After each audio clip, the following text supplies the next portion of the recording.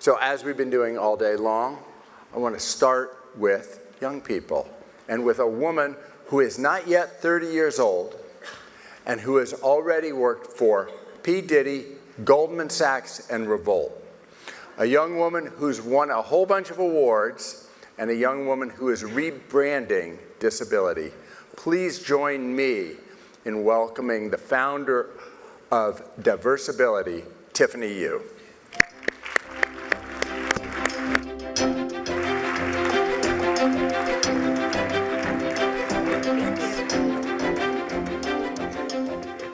Wow, what an intro.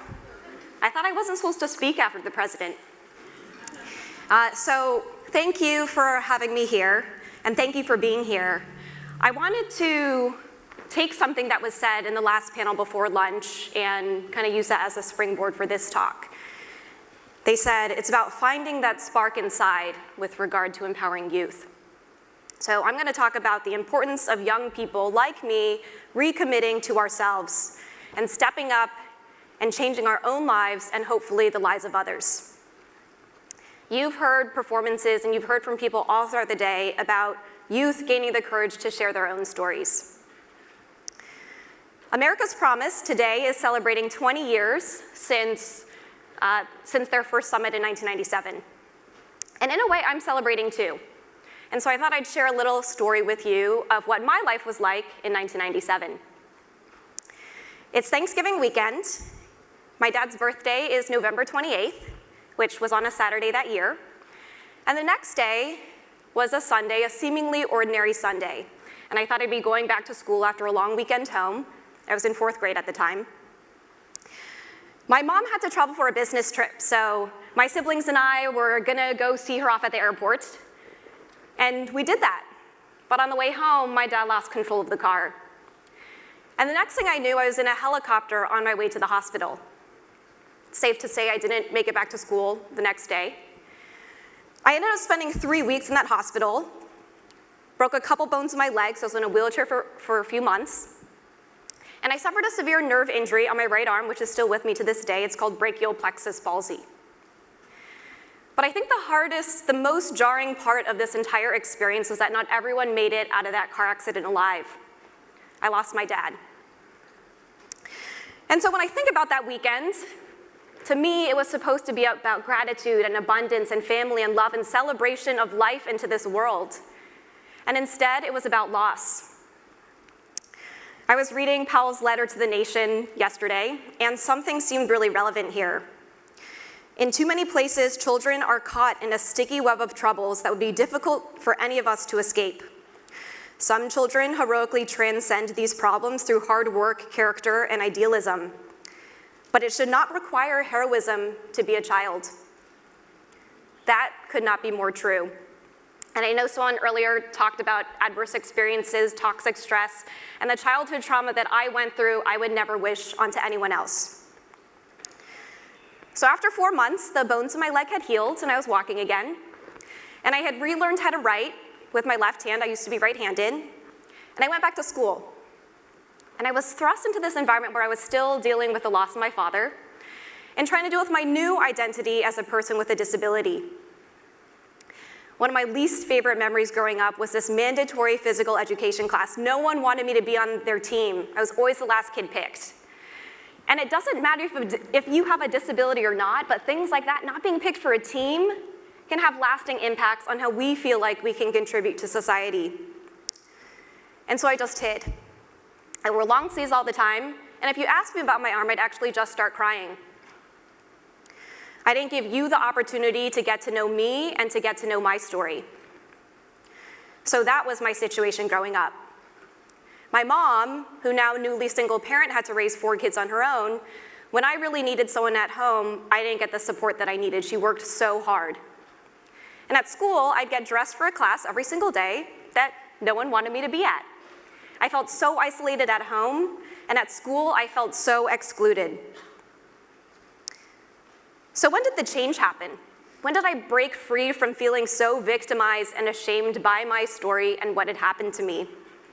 From being able to also stand here before you today. And I think it happened in October 2009, a little over 10 years after the accident. I started to notice that people were pretty uncomfortable with disability. And as a result, they were uncomfortable with me. And all I really wanted was to be liked, to be accepted, to be understood.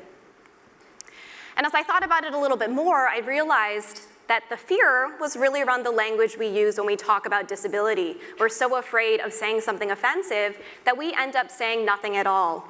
So something that was so core to my identity that I thought about every single day, no one was talking about and no one was acknowledging. Think about what that means as a kid with a disability, to be overlooked, forgotten, to be separated. We talked so much today about the issues facing youth, but when you add disability to that, it adds another layer of complexity that makes it so difficult to be different. One of the videos that we saw earlier today talked about don't call us dropouts. And someone in the video said, if we don't change the conversation, we'll never get anything done. And I think that's so true. And so my life experiences made me really passionate about inclusion and empowerment. I never wanted anyone who met me or touched my work to feel like they were alone. And I never wanted anyone to feel like they didn't matter. And so when I think about what the real issue is in the disability space, I think it's rooted in assumptions that people, kids with disabilities can't achieve and can't dream. And because of that, we're not even given the chance to succeed. And it starts at an early age. It starts at how our parents or adults treat us. It starts with how parents or adults are educating their children and bringing that into the classroom. And if not addressed properly, it can have really detrimental impacts.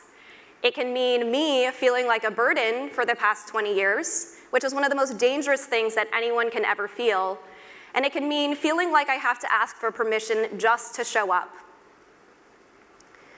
So I have committed my life to building communities everywhere that I go and bringing others along with me while I'm doing it. I think there's something so powerful, about community, because as a function of being a part of a community, you start to feel empowered, which is one of the themes of today that I think is so important with our youth. Empowerment can come in a lot of different ways. It can come from being gainfully employed. It can come from having a roof over your head or feeling like you're financially stable. And it can also come from feeling like you have people who are rooting for you and who support you and challenge you and lift you up. And so when I think about that, I feel like I didn't really have community when I was growing up, but I feel like I have that now. And so I kind of wanted to take a step back and close this talk by saying that fundamentally, all of us as humans just want to be seen, and we want to be heard, and we want to be valued. And so I want to pick each and every one of you this time to be on my team to commit to empowering our youth to recommit to themselves. So the last thing I wanted to say, I know I kind of tricked you there, I saw these buttons yesterday at the founders reception, and they say, "I was there." And some of you are wearing them today.